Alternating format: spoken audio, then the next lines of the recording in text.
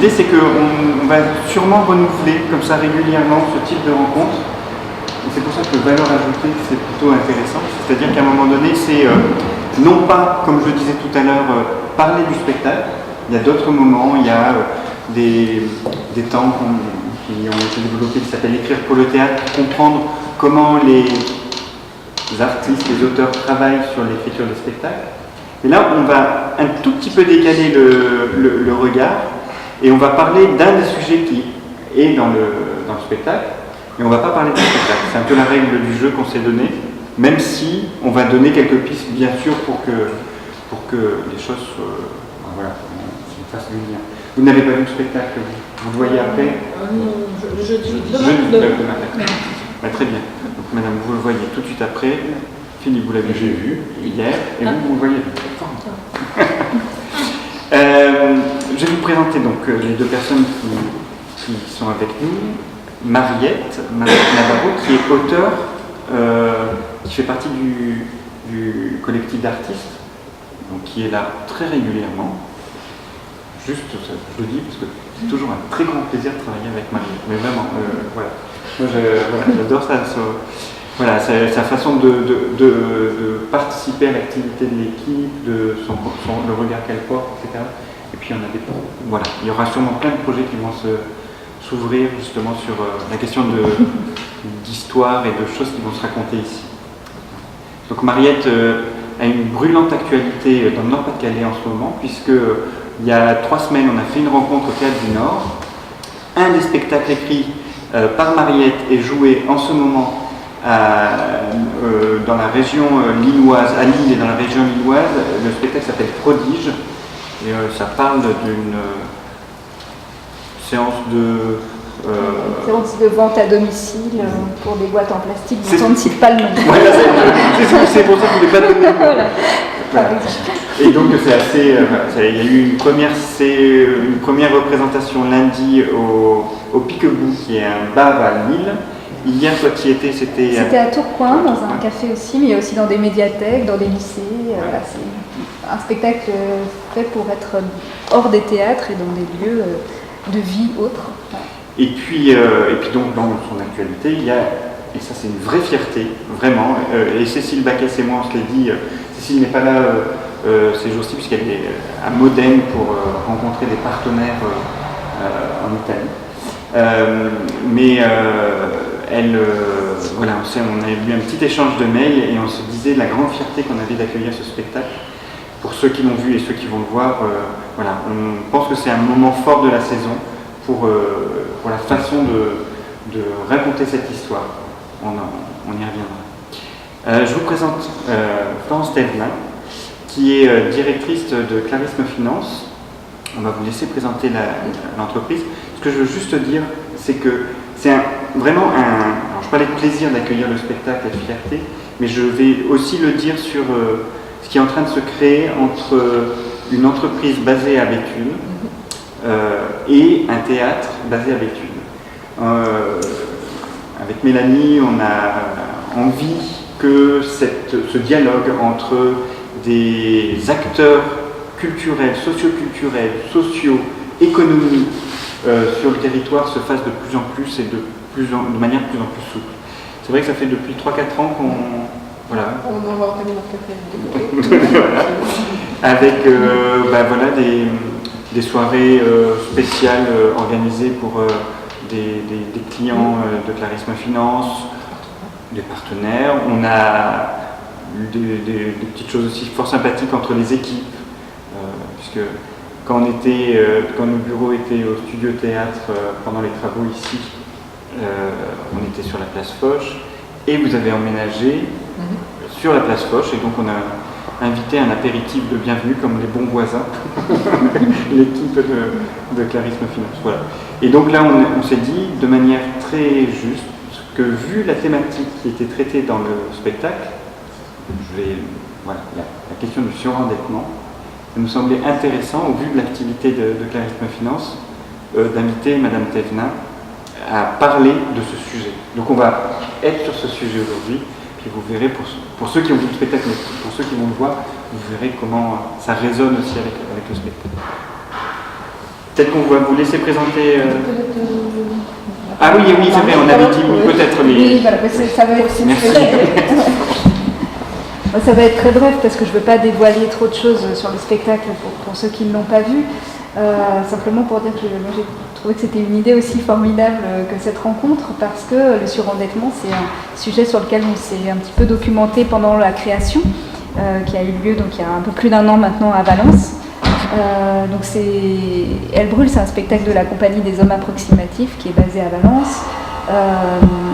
La particularité, c'est qu'on ne part pas forcément d'un texte déjà existant, mais on construit le spectacle à partir d'improvisation au plateau. Et la question qui nous anime, c'est quelle histoire raconter aujourd'hui, précisément. Et voilà, et qui ne sera pas la même que demain. C'est-à-dire que le spectacle que tu as vu, on n'aura pas la même vision ce soir Pas tout à fait, pas tout à fait. Il y a une grande partie du spectacle qui reste improvisée chaque soir. Il y a quelques parties écrites, quelques parties fixées par les comédiens eux-mêmes et d'autres qui restent improvisées. L'histoire est toujours la même, la trame est toujours la même, le déroulement est toujours le même, mais les mots échangés par les acteurs, voilà, la vie en fait qui se crée au plateau est différente d'un soir sur l'autre. Et simplement dire qu'à l'origine de ce projet, même si ça s'en est décalé, il y avait l'amour partagé pour un roman qui est Madame Bovary.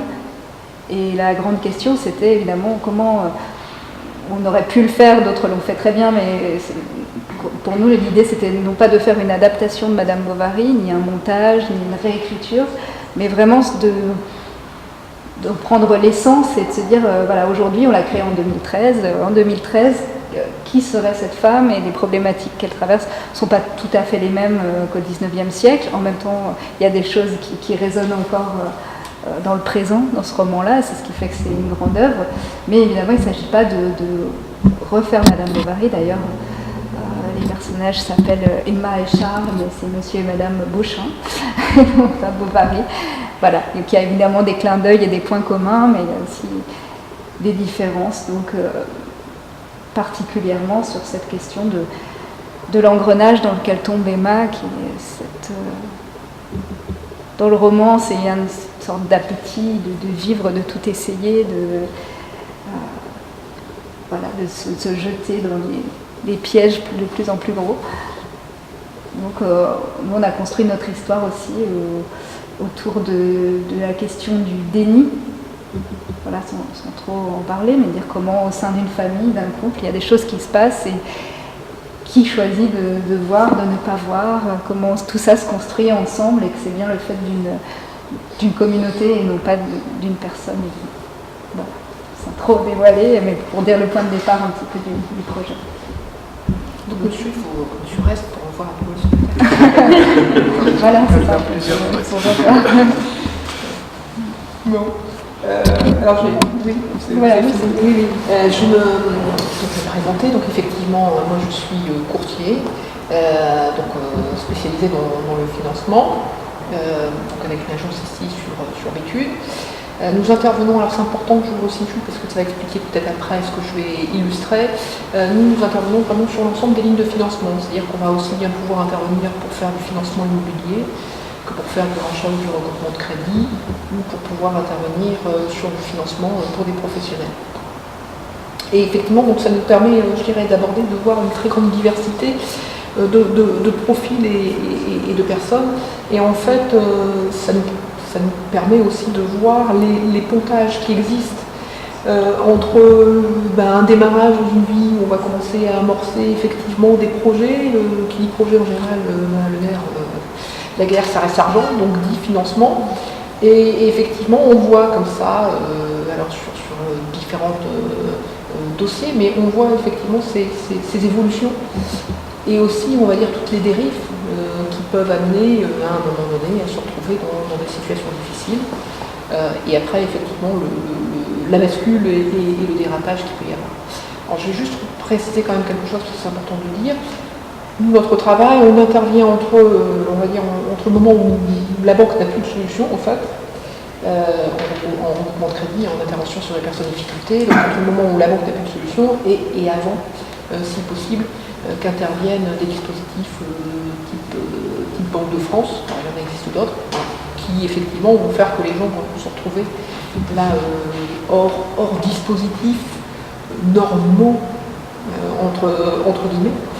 Non pas que le fait d'être en Banque de France soit anormal, mais en tout cas c'est vécu comme tel, et c'est vrai que c'est aussi vécu souvent comme une double punition pour les gens. Parce qu'il faut savoir que quand on rentre dans un dispositif Banque de France, il y a plein de choses qui vont plus être possibles de faire. D'abord vous avez les fichiers, donc on est quelque part estampillé comme étant un mauvais payeur, voire entre guillemets, parce qu'on vous l'a déjà dit, un mauvais français. On est aussi de fait interdit de nouveaux crédits, tant qu'on est dans le dispositif Banque de France. Et puis ça peut être aussi lourd de conséquences, bien évidemment, parce que en général les gens associent Banque de France, je vais aller en Banque de France parce que comme ça j'aurais pu à payer mes crédits. C'est souvent ce qu'on entend dire par les gens. Alors c'est vrai qu'il y a parfois une prononciation de faillite personnelle, mais ce n'est pas forcément le cas. Et que quand on va en Banque de France, ça ne veut pas dire pourtant qu'on ne va pas devoir faire face à ces dettes. Et que bien souvent, on va avoir ce qu'on appelle la mise en place d'un plan d'apurement, c'est-à-dire qu'on va venir étaler dans le temps, on va venir figer déjà les dettes, bien évidemment, on va négocier et discuter avec vos créanciers pour qu'on ne soit pas dans une spirale où on va vous faire des frais qui vont rajouter à des frais et puis vous n'en sortez plus et puis le matelas augmente. On va venir donc fixer les dettes et on va venir les étaler dans le temps. Qui dit étaler dans le temps, veut dire parfois on peut pendant très longtemps avoir réglé ses dettes, et pendant tout ce temps-là, effectivement, on est hors dispositif classique. Ça, c'est le premier point. Le deuxième point qui est vraiment, alors là, pour le coup, encore plus impliquant pour les gens, c'est qu'il faut savoir que, en général, quand vous êtes propriétaire, on part du principe que vous avez un patrimoine, et que quoi qu'il arrive, vous êtes capable de faire face à vos dettes. Et souvent les gens se disent, ou vont en Banque de France, on se dit on va me préserver et on va derrière préserver mon patrimoine. Alors, c'est tout à fait l'effet inverse souvent qui se passe, parce que on va dire monsieur, madame, voilà, vous avez contracté des dettes, alors il y a peut-être eu un abus à un moment donné, donc on va venir réduire l'enveloppe, on va venir peut-être renégocier un certain nombre de frais, mais vous devez faire face à vos créances. Et devant faire face à vos créances, effectivement, vous allez être dans un dispositif où on va peut-être vous demander d'avoir à vendre votre maison. Et on va vous laisser un certain laps de temps pour vendre votre maison. Donc c'est pas neutre, effectivement, pour des clients, et c'est souvent vécu, d'ailleurs, vécu comme étant un vrai échec, parfois du tout, d'un investissement.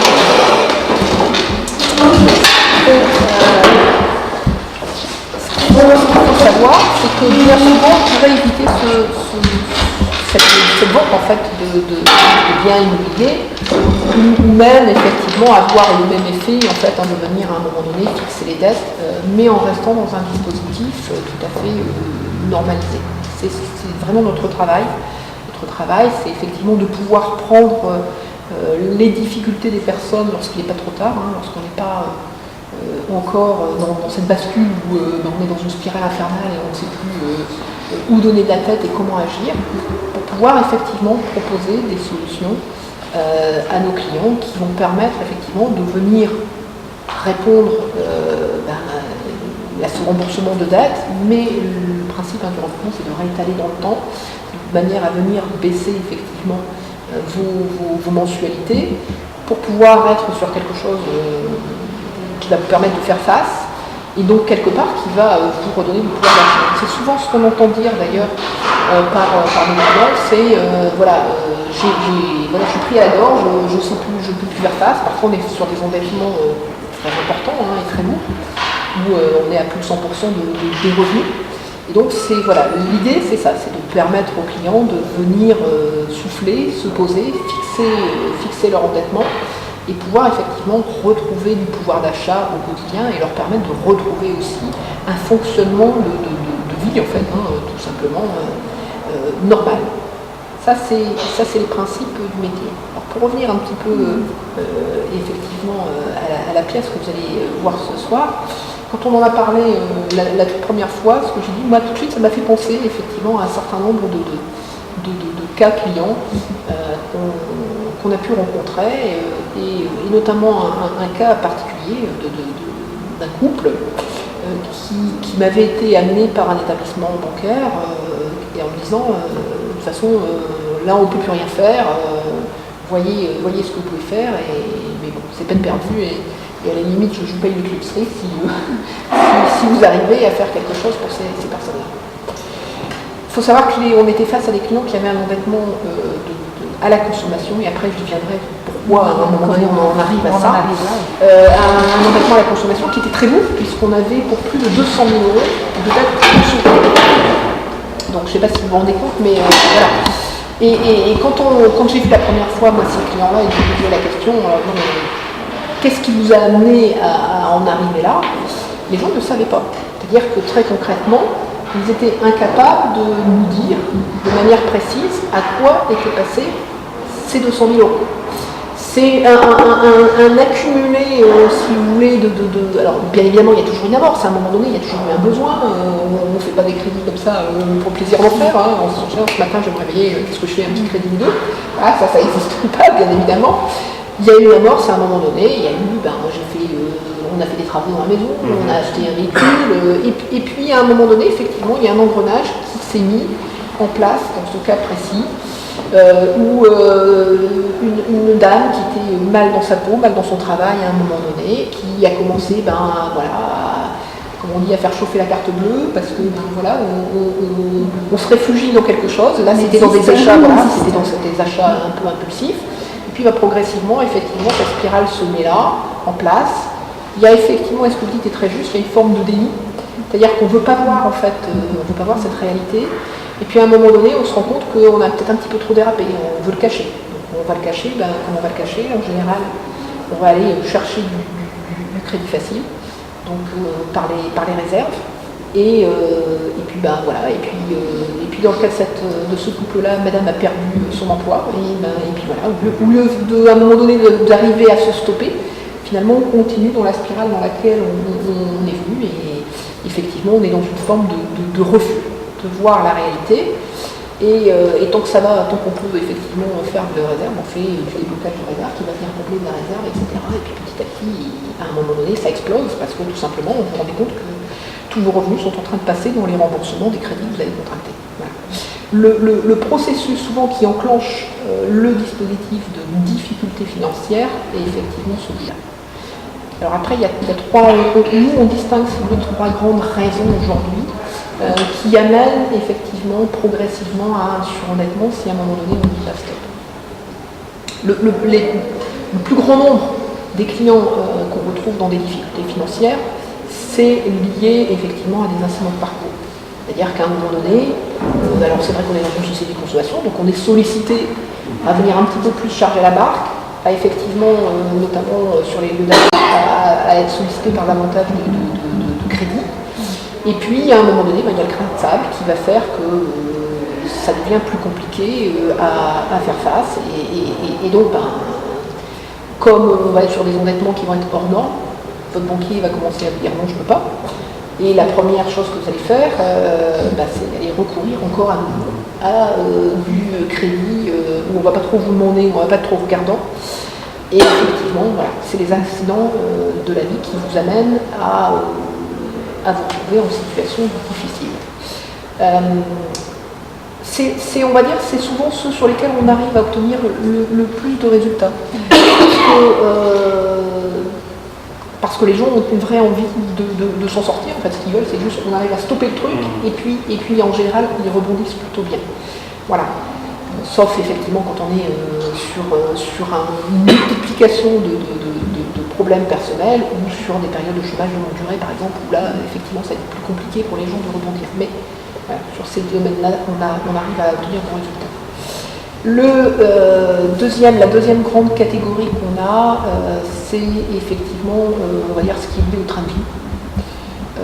Où là, effectivement, on est dans ce que je l'ai expliqué précédemment, c'est-à-dire qu'il y a des gens qui, à un moment donné, vont être dans un dispositif de dépense et puis n'arrivent pas à se freiner, tout simplement, pour plein de raisons.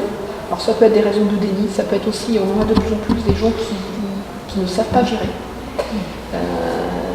Et donc, c'est devenu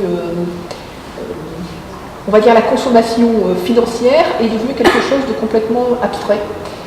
Comme vos jeux vidéo, comme la carte bleue c'est abstrait, on n'a plus d'espèces en main, on peut travailler avec des différés, voilà. Et donc on est sur cette consommation, puisque tout va bien. C'est la pire consommation, sauf qu'à un moment donné, on se fait rattraper forcément d'une manière ou d'une autre, et on ne sait pas revenir en arrière. Et ça concerne vraiment, il ne faut pas croire que ça concerne que des gens avec des petits revenus, ça concerne vraiment toutes les CSP. Et de plus en plus d'ailleurs des CSP+. Voilà. Donc ça c'est la première catégorie, on va dire, dans les trains de vie. Le deuxième, dans les trains de vie, ce qu'on voit de plus en plus apparaître aussi, ce sont les joueurs.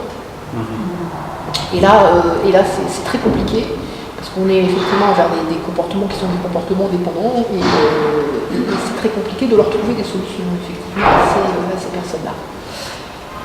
Et après, on a une troisième catégorie qui est celle de on va dire des comportements sur les lieux de vente et des sollicitations extrêmes. Et notamment dans cette catégorie-là, on va retrouver les personnes âgées qui vont être en but à les colporteurs, on va dire, de tout poil, voilà. Et on a aujourd'hui effectivement des dispositifs qui sont très limite arnaque, où effectivement on va solliciter les gens en disant si, voilà, achetez-moi ci, machin, et puis derrière on va vous faire signer tel papier, tel crédit.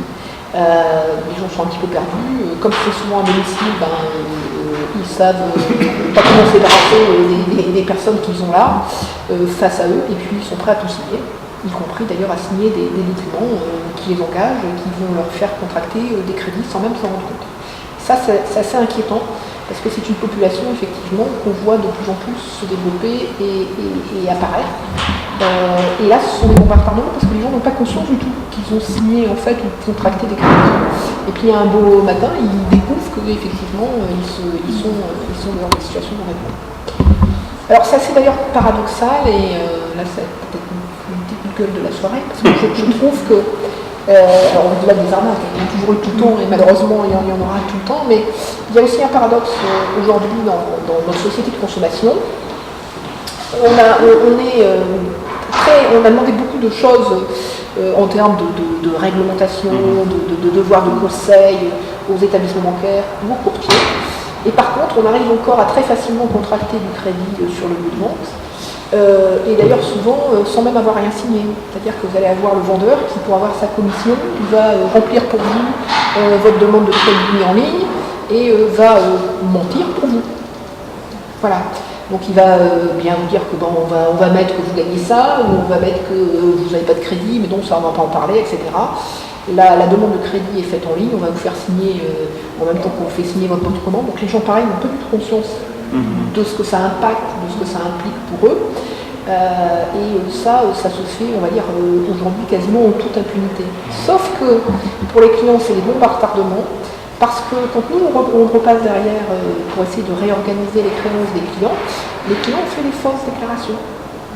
Voilà, c'est considéré comme ça au regard de la loi, puisque les clients l'ont signé. Ils l'ont signé en toute bonne foi. Et là, parfois, on a des clients qui vont se retrouver dans des situations difficiles où on ne va pas pouvoir intervenir, parce qu'on va estimer qu'effectivement, le banquier qui pourrait reprendre leur crédit va estimer que c'est de la fausse déclaration et donc que c'est de la mauvaise intention de la part des clients. Donc ces gens-là se retrouvent doublement victimes en fait. D'abord parce qu'ils ont été sollicités à leurs dépens. Ce qu'ils ont vu, c'était d'acheter, bien évidemment, de répondre à leurs besoins de consommation. On les a un petit peu tendu la main pour acheter peut-être un petit peu plus cher, en leur disant que voilà, on va faire du mix sans frais, machin, etc. Et puis on les amène effectivement à déclarer des crédits qui ne correspondent pas tout à fait à la réalité des choses. Donc de l'autre côté, bien évidemment, le prêteur lui fait prêter sur la base des éléments qui ont été déclarés, mais qui ne sont effectivement pas la réalité, et qui peut-être ferait d'ailleurs que le client n'aurait pas eu ce crédit supplémentaire qui va le faire basculer effectivement dans des difficultés financières, voire du surendettement. Voilà. Donc ça c'était, je fais ma parenthèse, je tenais à le dire parce que c'est quand même un élément important. Et c'est vraiment le paradoxe dans lequel on est aujourd'hui, si vous voulez. C'est à la fois, on reste une société de consommation, donc il y a ce côté un petit peu d'hyper-sollicitation et d'hyper-consommation qu'on connaît tous. Alors, il y a des gens qui sont costauds qui disent non, je ne consommerai pas, je ne ferai pas, etc. Mais on a aussi des gens qui sont plus fragiles et qui ont des besoins aussi tout simplement de consommer et qui vont rentrer progressivement dans ce dispositif de surendettement. Juste une question, quelle est votre position par rapport justement à ces sociétés de crédit, Sofinco, Cofidis, etc. Est-ce que pour vous c'est... quelle est votre position de manière la plus pour moi, rationnelle possible? Alors d'abord, il n'y a pas de mauvais crédit. Oui, c'est vrai. Et il ne faut pas penser que c'est le crédit en lui-même qui est à mettre à l'index ou qui est en cause de tout ça. Je ne pense pas non plus. Après, je crois que vraiment aujourd'hui, c'est un problème de pratique, si vous voulez, dans le domaine financier. C'est pas tellement ces établissements-là qui poussent au crédit. C'est ce que je dis, c'est le fait qu'on est sûr qu'aujourd'hui, il n'y a pas d'encadrement du crédit sur le lieu de vente et qu'on a des personnes qui proposent aujourd'hui et qui sollicitent les gens sur du crédit qui n'ont aucune formation ou aucune vision des conséquences financières que ça peut avoir pour leurs clients. C'est ça qui est dramatique, si vous voulez. Alors sans parler des déviances qu'on peut connaître ou qui sont limites de l'escroquerie, où là on va vraiment volontairement inciter la personne à signer tout et n'importe quoi et derrière lui proposer du crédit, voire du regroupement de crédit d'ailleurs, parce qu'il existe aussi ce type d'arnaque où on a des sociétés qui viennent à domicile, qui vont vendre et puis qui après appellent un courtier peu scrupuleux qui va repasser, qui va réorganiser, qui va remettre de la trésorerie pour revendre derrière. Vous voyez, donc on ne s'en sort pas. Donc c'est pas le crédit en tant que tel qui est condamnable, c'est les pratiques qu'il peut y avoir derrière, et surtout ce paradoxe, mais qui est compliqué de s'en sortir, parce qu'aujourd'hui, on n'arrête pas de nous dire, il faut consommer, parce que consommer, c'est derrière, c'est faire tourner des entreprises, c'est créer de l'emploi, etc. Donc il y a un peu cette espèce de forme d'hypocrisie, si vous voulez, qui est sociétale en fait, où à la fois on vous pousse à consommer, et puis finalement, tant pis, s'il y a des victimes de la consommation. Et puis en même temps, on dit on va mettre des garde-fous et on va venir vraiment réglementer, hyper réglementer les établissements spécialisés comme type CPLM, etc., donc en prêt à la consommation, ou les établissements bancaires, ou même nous-mêmes, courtiers, qui sommes de plus en plus effectivement amenés à devoir être très, très prudents. Il faut savoir qu'aujourd'hui, quand on a des clients, on est tenu légalement de faire une photographie de aujourd'hui, voilà votre endettement, voilà comment vous êtes, etc. Et demain, si nous intervenons, voilà ce que sera votre endettement, voilà. Donc on a des obligations, si vous voulez, en termes de conseils qui sont très très fortes. Et à contrario, on a des producteurs de crédit aujourd'hui qui ont une méconnaissance complète en fait, des incidences financières. En fait, les crédits sont considérés comme des produits. Comme vous dites, c'est des arnaques. Il y a des intérêts qui sont... une fois qu'on a fait le crédit, on ne pourra pas... Oui, alors ce que vous parlez, c'est du dispositif de réserve. Le problème, c'est que la réserve, elle veut bien dire ce qu'elle veut dire. Elle est là, elle se reconstitue. Et effectivement, comme vous êtes sollicité dans la consommation, y compris d'ailleurs par les organismes qui vendent bien évidemment ces réserves, c'est normal parce que plus eux vont faire tourner cette réserve, plus effectivement ils vont gagner leur vie. C'est pas tellement ça qui est en cause, c'est la multiplication des réserves que vous allez pouvoir contracter, c'est le comportement en tant que tel. Parce qu'à un moment donné, on n'alerte pas les gens des conséquences que ça peut avoir. Ce que je dis en tant que...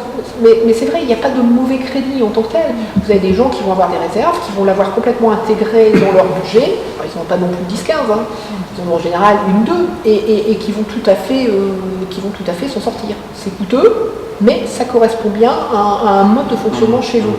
Donc est-ce condamnable pour autant? Non. Je veux dire, il y a beaucoup de gens qui ont des réserves, mais pour autant ne vont pas se retrouver dans un dispositif de surendettement. Voilà. Le problème, c'est qu'on a beau dire on va faire des fichiers communs, etc.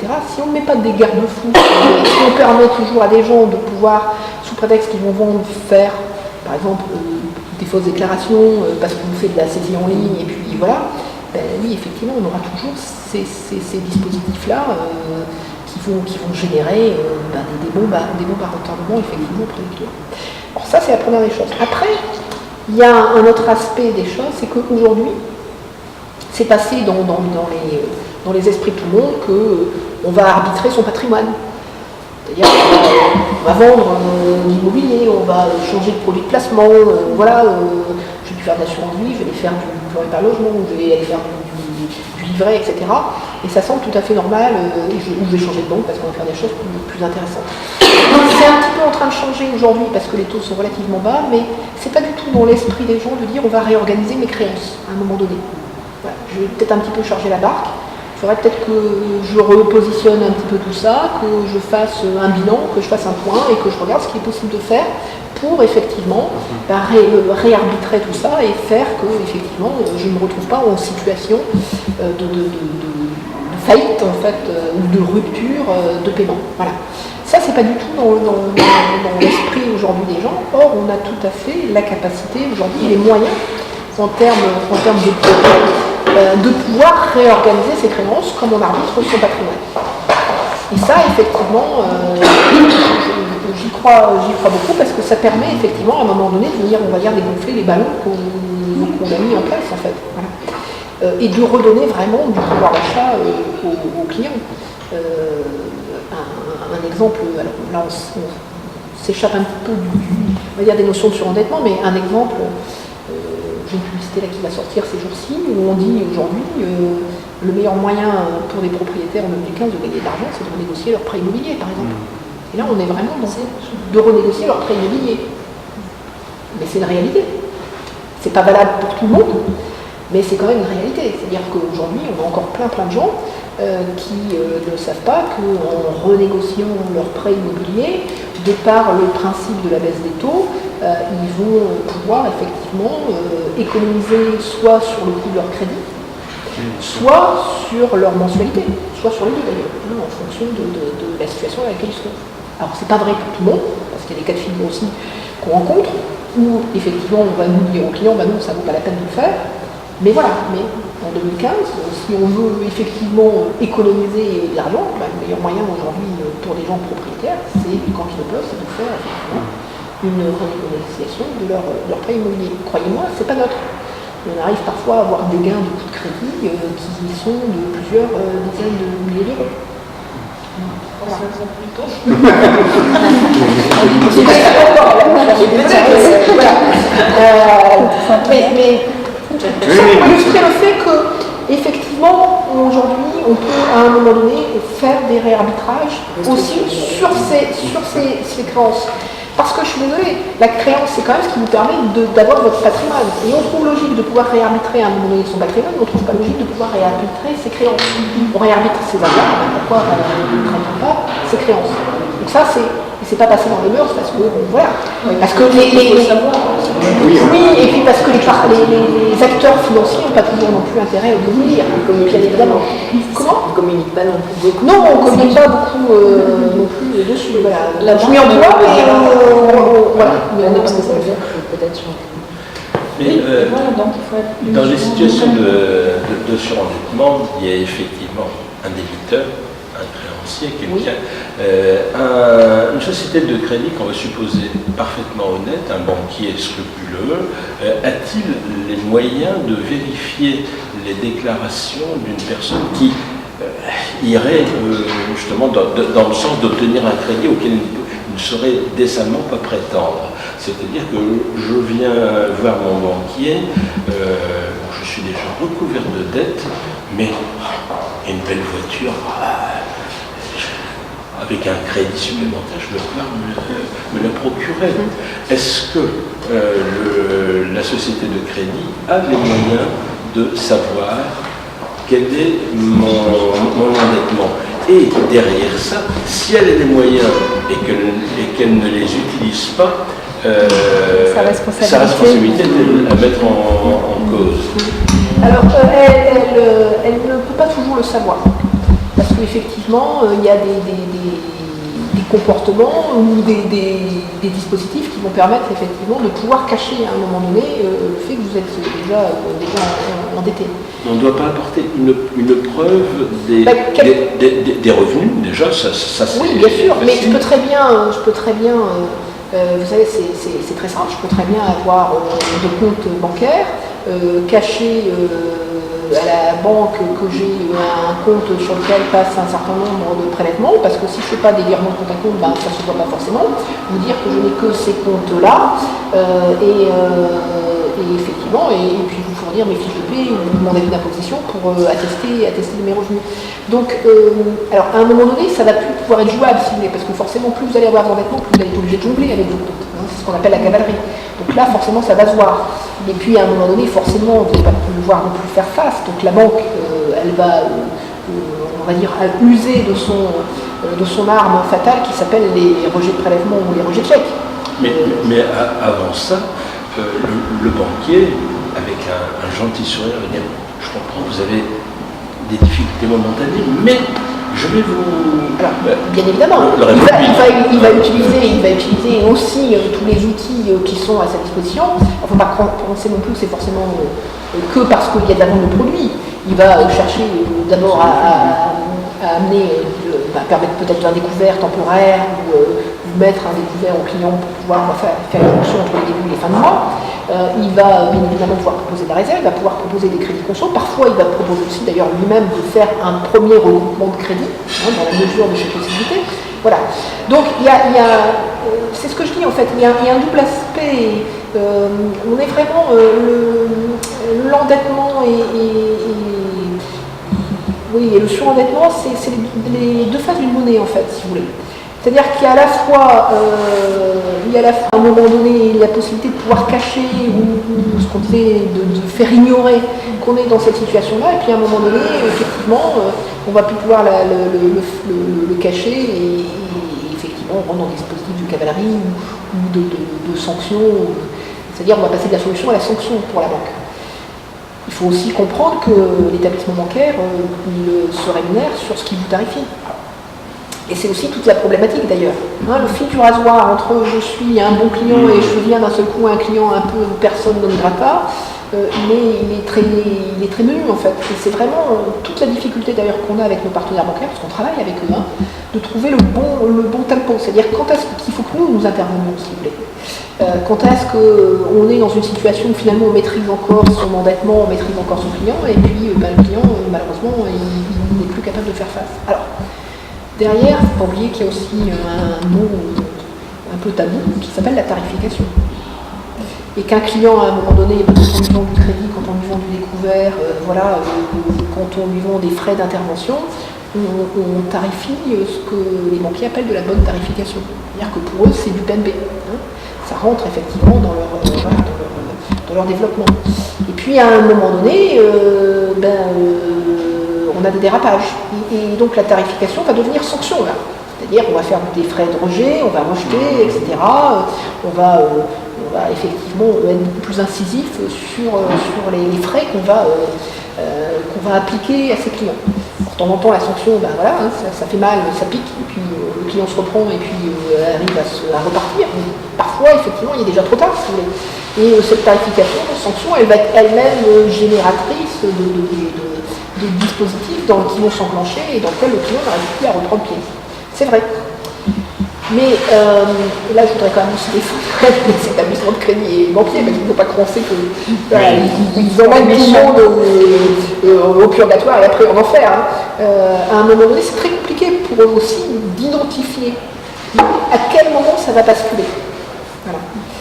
Parce que justement, ce que vous dites, ils ne maîtrisent pas tout. Et un client peut très bien, de très longues fois, avoir tout dit à son banquier et puis se dire ah ouais, c'est vrai, je commence à être un petit peu, c'est bien compliqué pour moi, voilà. Et puis partir à un moment donné, faire un machin, et puis se retrouver avec une réserve supplémentaire qui va venir déclencher en fait un dispositif dans lequel il va plus avoir aucune maîtrise. Voilà. Et ça, ce timing-là, ce fait déclencheur, c'est quasi impossible, si vous voulez, de savoir d'un individu à l'autre quand est-ce que, est-ce que celui-là va basculer, est-ce que celui-là ne va pas basculer. Alors, on va dire maintenant, moi je suis partisan de la politique, de dire dans le but de s'abstenir, il vaut mieux, et c'est ce qu'on essaie d'expliquer et à nos clients et à nos partenaires bancaires, il vaut mieux à un moment donné être un petit peu plus en amont, parce que quand on est un peu plus en amont des choses, on va pouvoir reprendre les créances dans de bonnes conditions, y compris dans de bonnes conditions financières. C'est aussi ça qu'il faut comprendre. Et donc le banquier, il a tout intérêt à déclencher un petit peu plus en amont que d'attendre que tout se casse la gueule, parce qu'effectivement, le client, il va pouvoir retravailler avec lui sur des bases saines et des bases sereines. Voilà. Et c'est vraiment tout notre travail à nous, c'est-à-dire le mini-tournis entre guillemets, et de dire, voilà, on peut intervenir et on peut agir vraiment de manière sereine et intelligente. Voilà. Moi j'ai une question parce que c'est vraiment intéressant. Parce que personnellement c'est un monde, mais on en a déjà parlé, mais un monde qui on a beaucoup d'a priori, et je pense que par rapport à ce que vous racontez, justement, de dire ça nous appartient en fait, à la fois nos créances et à la fois ce qu'on a, notre patrimoine, il est composé de créances et d'avoir, et je trouve ça vraiment intéressant. Dans ce que vous racontez, il y a une part très technique, je crois que tout à l'heure, voilà, il y a cette chose-là, mais il y a une part, j'allais dire psychologique, il y a une part de relation à l'autre. Vous parliez de militantisme sur un autre biais, mais je pense qu'on traite de l'humain. Et je voulais savoir quelle était votre position et la façon de faire, justement, dans votre travail avec cette technicité comme vous avez tout à l'heure. Alors, déjà, ce qu'il faut bien comprendre, c'est que c'est une relation tripartite. On ne peut rien obtenir sans l'envie du client aussi, quelque part, d'avoir cette démarche, cette action. Je ne voudrais pas non plus qu'on pense que tout est effectivement de la faute du consumérisme à outrance ou des établissements bancaires. Il y a aussi la responsabilité, très clairement, bien évidemment, des personnes. Ils ne sont pas toujours responsables de ce qui leur arrive, mais ils sont acteurs aussi de ce qui leur arrive. Ça, il ne faut pas le perdre en vue. Et c'est important ce que vous dites, parce qu'effectivement, on va avoir des attitudes et des comportements qui peuvent être effectivement complètement différents. Alors, nous, dans la mesure du possible, bien évidemment, on va essayer toujours d'accompagner les personnes, et notamment quand on sait qu'on n'a pas de solution à l'instant T.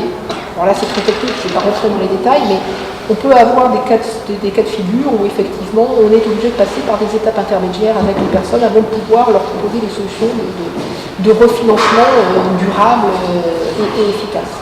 Et là, effectivement, ce qu'on essaye de mettre en place depuis maintenant quelques années, c'est vraiment d'accompagner ces personnes-là. Pourquoi ? Parce que, en fait, et c'est d'autant plus vrai quand vous avez des revenus, paradoxalement. Quand malheureusement vous vous retrouvez au chômage, vous êtes dans des situations précaires, il y a plein de dispositifs qui vont se mettre en branle, qui vont vous permettre d'être pris en charge. Le problème, c'est que quand le banquier n'a pas de solution, que nous on entrevoit la solution mais qu'à l'instant T elle n'est pas possible à mettre en œuvre, la personne va les laisser un petit peu sur le bord de la route. Voilà. Et forcément, c'est là où sont tous les risques de dérive, parce que les gens se sentent complètement abandonnés, et c'est là où effectivement on va continuer à être dans un engrenage. Donc depuis quelques années, nous, dans la mesure du possible, on essaie vraiment d'accompagner les personnes, de mettre en place des dispositifs d'accompagnement, d'ailleurs en liaison avec soit des associations spécifiques, soit avec les banquiers, de manière à pouvoir permettre à ces personnes-là de se stabiliser, voire éventuellement de remonter un petit peu de façon à pouvoir après toujours les maintenir dans des dispositifs normaux et de leur éviter effectivement ce que je vous disais, de pouvoir aller dans des dispositifs Banque de France. Pour autant, il y a parfois aussi, à un moment donné, c'est pas l'éviter. Notre travail aussi, c'est d'orienter ces personnes-là le plus vite possible vers la Banque de France, en leur expliquant aussi ce qu'ils vont pouvoir faire, voilà, quel dispositif on va pouvoir mettre en place et de quelle manière. Par exemple, il y a un dispositif qui est peu connu en France, qui pourtant pourrait donner des bons résultats et pourrait peut-être être davantage utilisé, c'est le délai de grâce. Le délai de grâce, c'est la faculté que vous avez à un moment donné de pouvoir demander auprès du juge, donc c'est bien l'instance ou en instance, de pouvoir demander de venir surseoir temporairement au remboursement de vos créances. Voilà, en disant, aujourd'hui je suis dans une situation, par exemple je suis en train de divorcer, j'ai perdu mon travail, c'est pas que je ne veux plus rembourser, c'est que je ne peux plus rembourser de la même manière, dans les mêmes conditions. Et donc le juge va venir analyser votre situation et va soit vous permettre effectivement pendant un certain nombre de mois de ne pas payer, le temps de régler effectivement cette période transitoire, ou va effectivement demander un aménagement de vos remboursements pour vous permettre effectivement de faire ça. Ça peut être d'ailleurs parfois une liste de on va rembourser certaines dépenses et puis on va venir en suspendre comme ça. C'est ce qu'on appelle le délai de grâce, c'est peu connu des gens. C'est un dispositif qui par exemple permet effectivement de gérer ce passage difficile qu'on peut avoir et dans bonnes conditions. Et l'intérêt aussi de recourir au délai de grâce, c'est qu'on va venir arrêter vos dettes. Donc ça évite effectivement d'être dans un dispositif aussi où vous allez avoir des frais qui vont eux-mêmes générer des frais, etc. Donc notre travail, c'est aussi ça, si vous voulez, d'aller un petit peu au-delà de notre simple métier de courtier, et effectivement de pouvoir être aussi là pour accompagner les gens, pour les écouter, pour comprendre aussi, parce que comprendre ce qui les a amenés à un moment donné à être dans ces difficultés-là, c'est déjà aborder un prémisse de solution. On est là aussi parfois pour être des révélateurs. J'ai en tête un dossier de regroupement qu'on a fait ici, qu'on a solutionné en fin d'année. C'était des personnes dites récidivistes, c'est-à-dire c'était des personnes qui avaient déjà eu recours à du regroupement de crédit et qui se retrouvaient à nouveau en difficulté. Et le couple vraiment au bord de l'explosion. Moi, je me souviens d'avoir vu madame qui m'a dit, de toute façon, si monsieur ne prend pas conscience, il y aura plus de monsieur et puis on aura vite réglé les choses. Notre travail, à un moment donné, il est un peu social parce qu'il a fallu expliquer gentiment les choses au couple, leur expliquer qu'il ne pouvait plus continuer comme ça, qu'il fallait un petit peu se reprendre en main et que ça passait par une phase transitoire parce que de toute façon, nous ne pouvions pas intervenir. Donc soit effectivement, il laissait glisser, et ça c'est intéressant parce que je pense qu'on va le retrouver dans votre pièce, cette anecdote-là. Voilà. Et plutôt que de les laisser glisser, et effectivement, notre intervention a permis au couple de prendre conscience d'un certain nombre de choses, d'un certain nombre de comportements, d'accepter de passer par une période transitoire. Vous pouvez me croire qu'on a bien serré les choses. Et de dire, ok, on va jouer le jeu, on va accepter de revenir dans nos découvertes, de réduire les dépenses, etc. Et on les a suivis pendant quasiment 6 mois, avec tous les mois, donc ils ont joué le jeu, parce que tous les mois ils nous ont envoyé leur relevé de compte, tous les mois on a regardé où ils en étaient, on a échangé par téléphone, etc. Et là on n'outrepasse notre simple travail de courtier. C'est l'assistance sociale pratique. Quasiment, oui, mais le jour, la journée, parce qu'au bout de 6 mois, on a quand même pu présenter leur dossier, il a été accepté dans de bonnes conditions. Les gens, déjà, nous ont remerciés parce qu'ils étaient soulagés. Quelque part, je suis quand même satisfaite de dire qu'on a quand même sauvé un petit peu les meubles pour ce couple-là. Et puis surtout, ils ont pris conscience des choses. Et je pense qu'effectivement, là, ils sont bien repartants. Alors, je ne sais pas si ça tiendra ou pas, mais au moins, ils sont repartis effectivement vraiment dans un dispositif. Alors que la première fois, vous voyez, ils n'en avaient pas pris conscience. C'était dit, c'est bon, on est sauvés, et puis on continue comme en 40. Voilà. Donc, on a aussi ce travail-là et on a aussi cette approche-là. Donc, ce sont des conseils que vous leur donnez. Oui, tout à fait. On va, bien évidemment, on va les conseiller sur les possibilités qu'on peut avoir. Quand on ne peut pas nous intervenir directement, mais on va aussi... C'est quoi intervenir directement? Intervenir directement, c'est faire un recours, un financement en fait. Voilà. Est-ce que vous leur prêtez de l'argent? Alors moi pas directement, je ne suis pas établissement, mais effectivement, on va les mettre.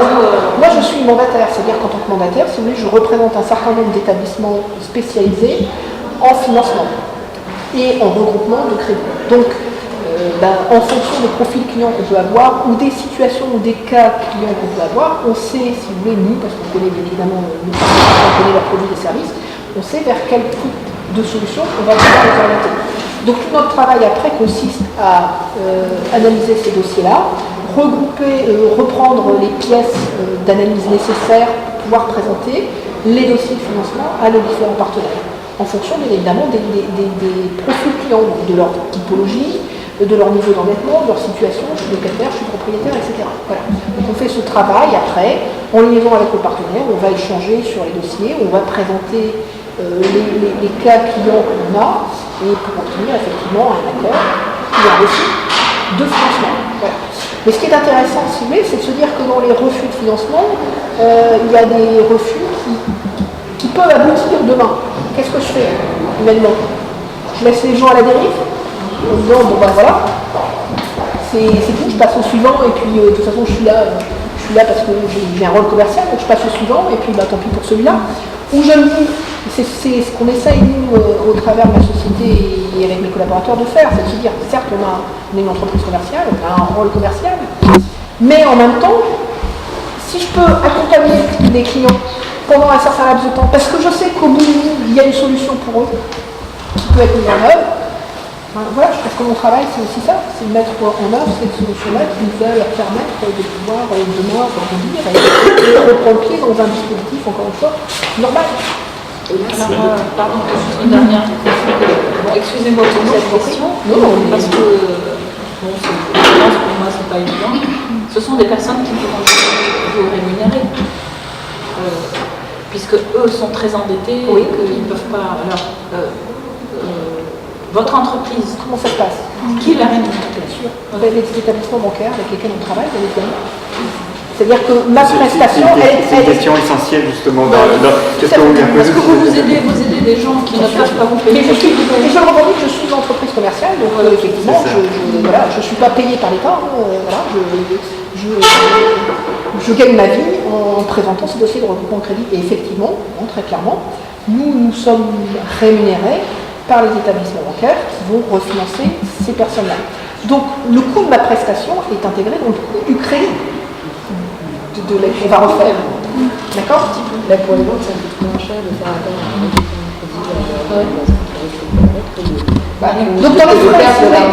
Donc dans les frais liés au refinancement, c'est inclus notre prestation. Pour autant, alors votre question est intéressante parce qu'on peut se dire effectivement quel est le coût d'un refinancement ou d'un regroupement de crédit.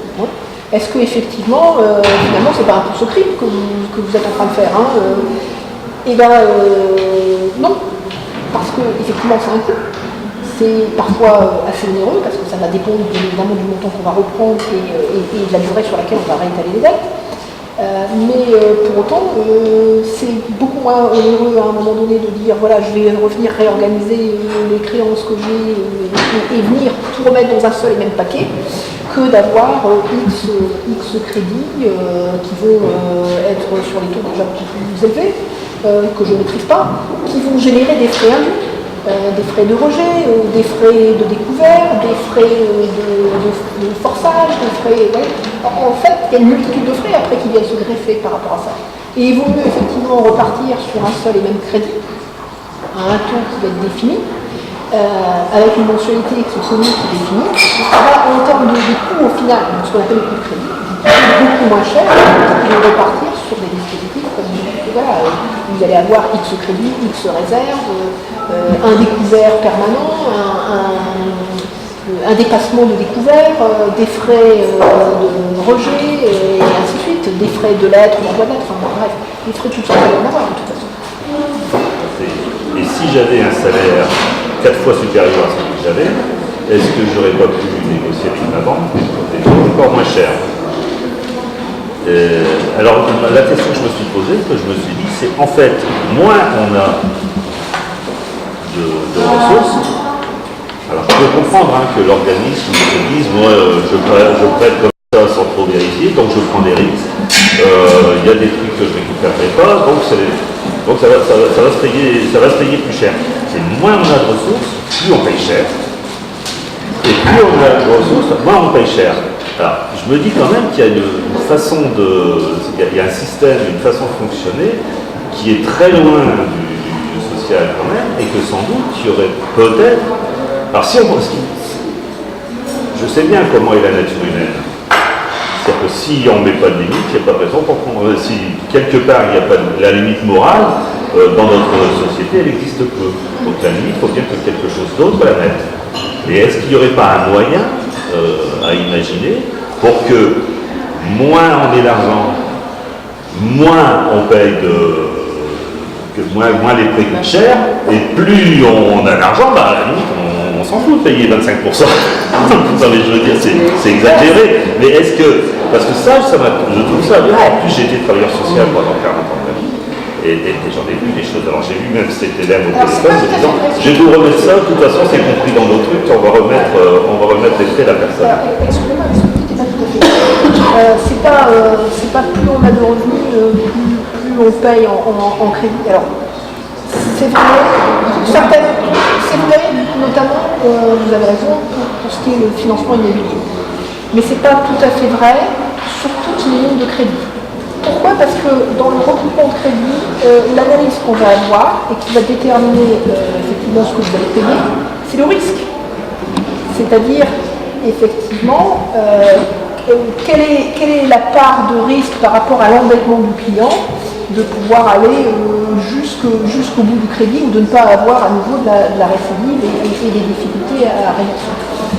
Et donc, là-dessus, tout le monde est égalitaire parce que je peux vous assurer qu'on a des clients qui peuvent être des professions libérales, qui peuvent être des chefs d'entreprise, qui peuvent être des cadres sup, et qui vont payer le même prix et avoir le même taux qu'une personne qui va être ouvrier ou qui va être employé. Donc c'est pas tout à fait vrai. Voilà. Mais c'est pas tout à fait faux. Non, c'est ce que j'ai dit.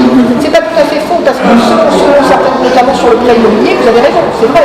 Plus on va avoir des revenus et plus on va être dans les CSP+, plus effectivement on va avoir une marge de négociation importante. Mais c'est pas vrai, c'est pas forcément vrai sur le regroupement de crédit. Parce que sur le regroupement de crédit, ce qu'on va regarder, effectivement, c'est l'analyse du risque de bonne fin en fait du crédit. Voilà. Alors pour répondre à votre question, à mon sens, c'est plutôt effectivement aujourd'hui, on doit avoir un assouplissement, c'est pas tellement sur la notion financière, de conditions financières. Là où aujourd'hui on doit avoir un assouplissement et on doit vraiment le marché se contracter et derrière c'est pas notre parce qu'on est en train de projeter de plus en plus de personnes dans les difficultés financières, c'est sur l'analyse du risque. Et c'est vrai qu'il faudrait qu'il y ait une vraie réflexion aujourd'hui à avoir de la part des pouvoirs publics en liaison avec le monde financier pour pouvoir apporter des solutions de cautionnement, si vous voulez, pour des entreprises, évidemment, et ça on en parle régulièrement dans la presse, mais également, je pense, pour les particuliers. Parce qu'il y a un moment donné, pour des problématiques de normes ou d'analyse du risque, si vous voulez, des personnes qui vont se retrouver sans solution. Voilà, parce qu'il y a un moment donné, c'est vraiment des critères, c'est de la norme, si vous voulez. Et on pourrait peut-être avoir un dispositif qui leur permette d'accéder à une forme de crédit sous forme de cautionnement d'une manière ou d'une autre pour les aider justement à passer cette phase-là. On est capable aujourd'hui, on parle notamment de dispositifs pour des entreprises ou des personnes qui veulent créer leur entreprise de microcrédit. Moi je pense qu'un jour il faudra peut-être avoir la réflexion de se dire, notamment sur les populations les plus défavorisées, est-ce qu'on ne peut pas mettre en place un microcrédit du regroupement de crédit? Voilà. Je pense que voilà, c'est peut-être sur ces chemins-là qu'il y a peut-être des voies, des avances de solutions à trouver. Alors on va interrompre la rencontre maintenant parce que le public va arriver, ça va être difficile. En tout cas, alors déjà, premièrement, c'est ce temps-là, on avait pensé avec Mélanie comme étant un temps d'ouverture justement. Voilà, pas juste un focus, mais merci Romain pour la valeur ajoutée, mais c'est vraiment le plus qu'on voulait apporter.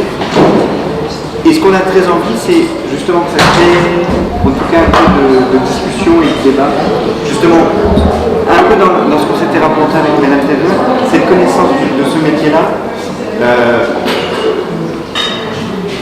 sur la question de la relation à l'autre et de prendre aussi possession débordée et dévorée par une chose qu'il est facile de se laisser, la grosse économie qui vient de manger. Non, à un moment donné, on a aussi nos responsabilités, vous le disiez tout à l'heure, mais on a aussi les possibilités de réagir. Et je trouve que c'est un moyen, par le spectacle, justement de se poser ces questions.